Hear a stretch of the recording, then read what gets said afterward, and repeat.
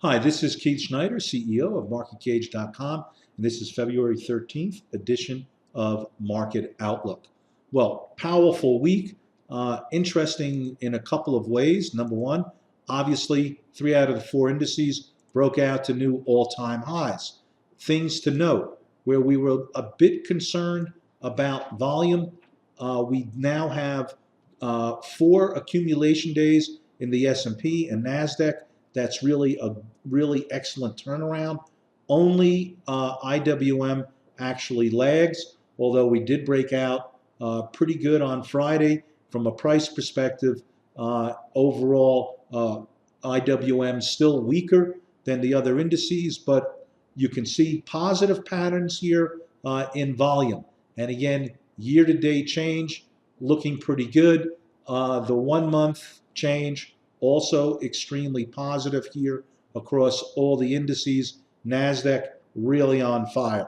So the key thing here is we want to watch for February, because generally speaking, Feb is the worst month or one of the worst months out of the year. But meanwhile, market looks like it's in gear and positive.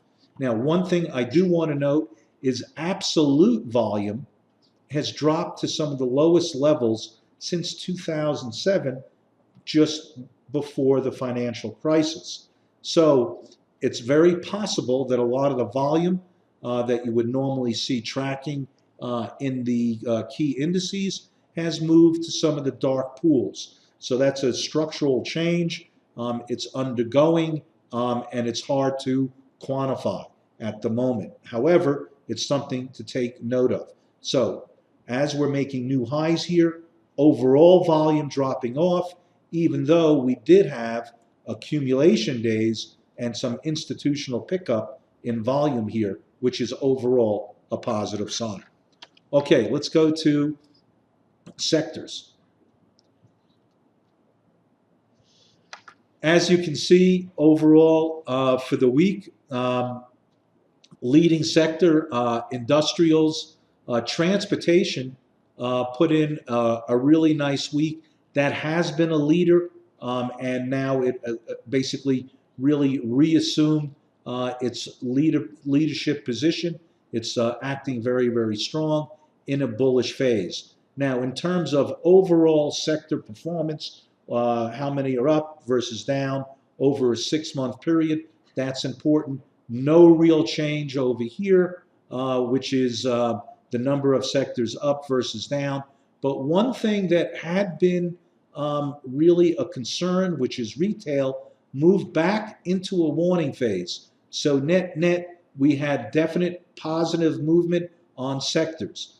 As expected, utilities, certainly one of the lagging sectors. That's actually overall a good sign, right? More conservative plays not doing as well, and things definitely stronger in the leading sectors, which are financials, transportation, and overall semiconductors, although semis paused on the week. So not enough for major concern, just didn't follow the overall market, lagged by about 1.5 on the week, but net, overall, it still puts us in a very, very strong position and still has been maintaining it overall. So I see good sector participation with some improvements, which include the retail sector over here. So again, if I want to look at this, I would say overall sector performance, yet another positive. Oh, let's get the right thing here.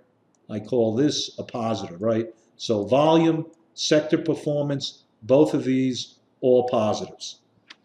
Okay, let's take a look at some specific things that are happening as well in particular sectors and different areas of the market.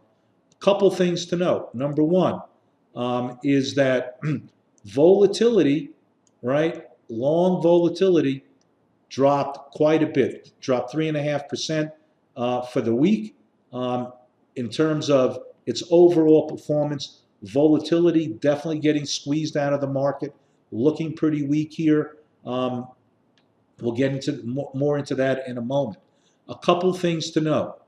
copper, metals, Brazil, emerging markets. So there's a theme here. Inflationary type expectations definitely picking up. Latin America, definitely commodity based. Emerging markets, definitely stronger.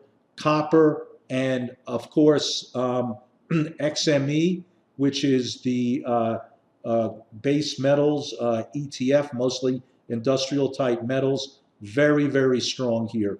And as you can see, copper put in a really strong week as well.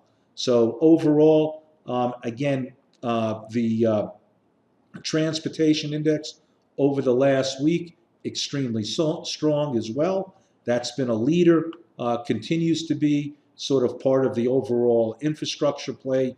This is definitely the Trump effect since the election and continues to persist. So again, overall, the big winners here are some of the metals, the financials, that continues to move. Brazil, and again, as you can see here, that emerging market and commodity-based economies definitely picking up. So along with the overall market, inflation expectations definitely on the rise.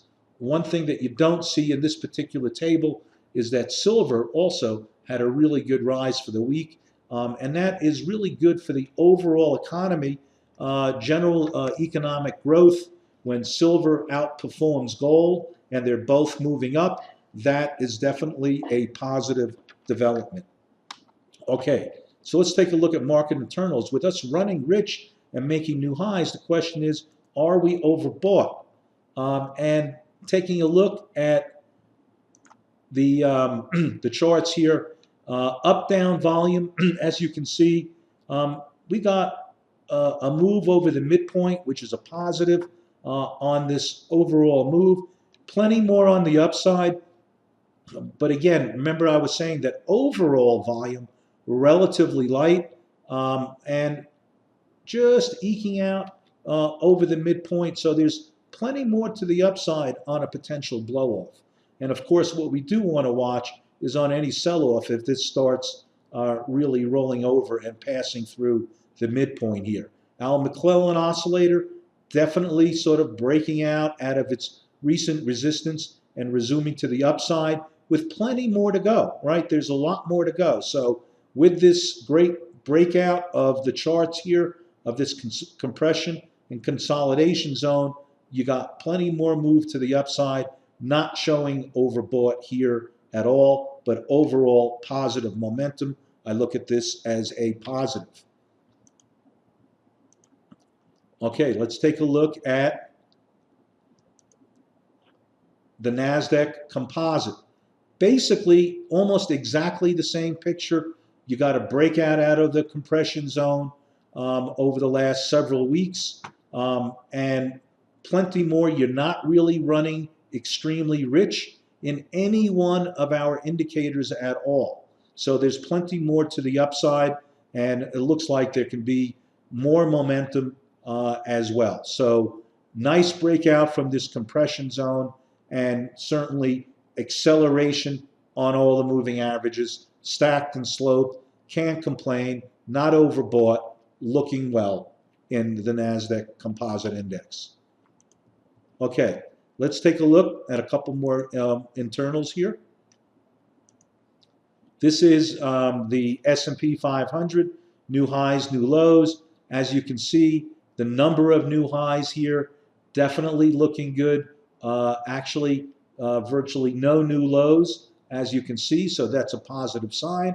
We're certainly trading above the 90% level. That's looking good as well. So I look at new high, new low, running just fine. So all in all, so far, everything in gear. Okay, let's take a look at same picture in the Nasdaq 100. Again, you got a similar situation.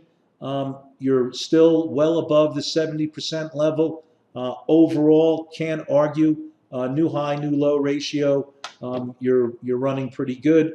Obviously, on these new highs, we're not quite making the same amount of new highs. That often happens because, obviously it's hard to continually make 52 week new highs on a constant basis. So overall, I'm giving the Nasdaq 100 positive marks here, as well on participation in the new high, new low index. Can't argue with this one either.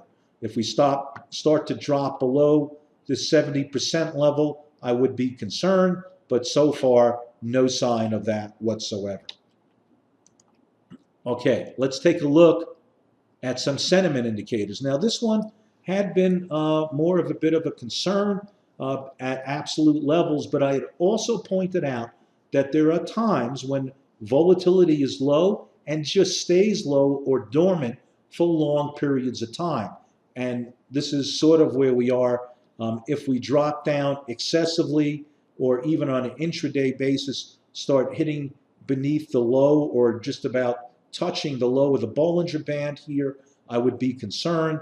On an absolute level, we do have, we're plumbing the lows, but that's overall a positive sign until you get some excess reading or we bounce up again above the 50-day, which is this magenta line right here. So we're not even close at the moment. We'll be keeping tabs on it. Overall, volatility low, getting lower. This is sort of classic action for a bull market. And so there you have that. Okay, again, look at that as a positive. Now, looking at sentiment again through options volatility, as you can see, again, we're trading right in a positive range. We got pretty rich, not excessive, but you know what? You can stay that way for long periods of time. What we really want to watch out for is a move beneath this 1.2 level or even a little bit lower. That's where it's found support. That would give me a reason of concern at the moment. Also looking in gear. A little rich, absolutely, not surprising as the market moves on new highs, but not enough to spur any real concern at the moment. So market's looking definitely all in gear all around. So net, we have to say that the equity market's looking pretty positive. All right, hope this helps, and see you next week. One thing that you might want to watch out for, just in terms of the S&P and critical price support, is a break beneath the 10-day moving average, which is somewhere just under 229. So if we took out this particular consolidation before the move, sort of the move below this 229 level, which is that 10-day moving average, or just a hair under that, that would give me a little bit of a pause here, or even a deeper concern, because that would mean that anyone that bought around this new high or on new highs would be trapped and a potential failure. But other than that, this thing is in gear. Okay, bye for now. See you next week.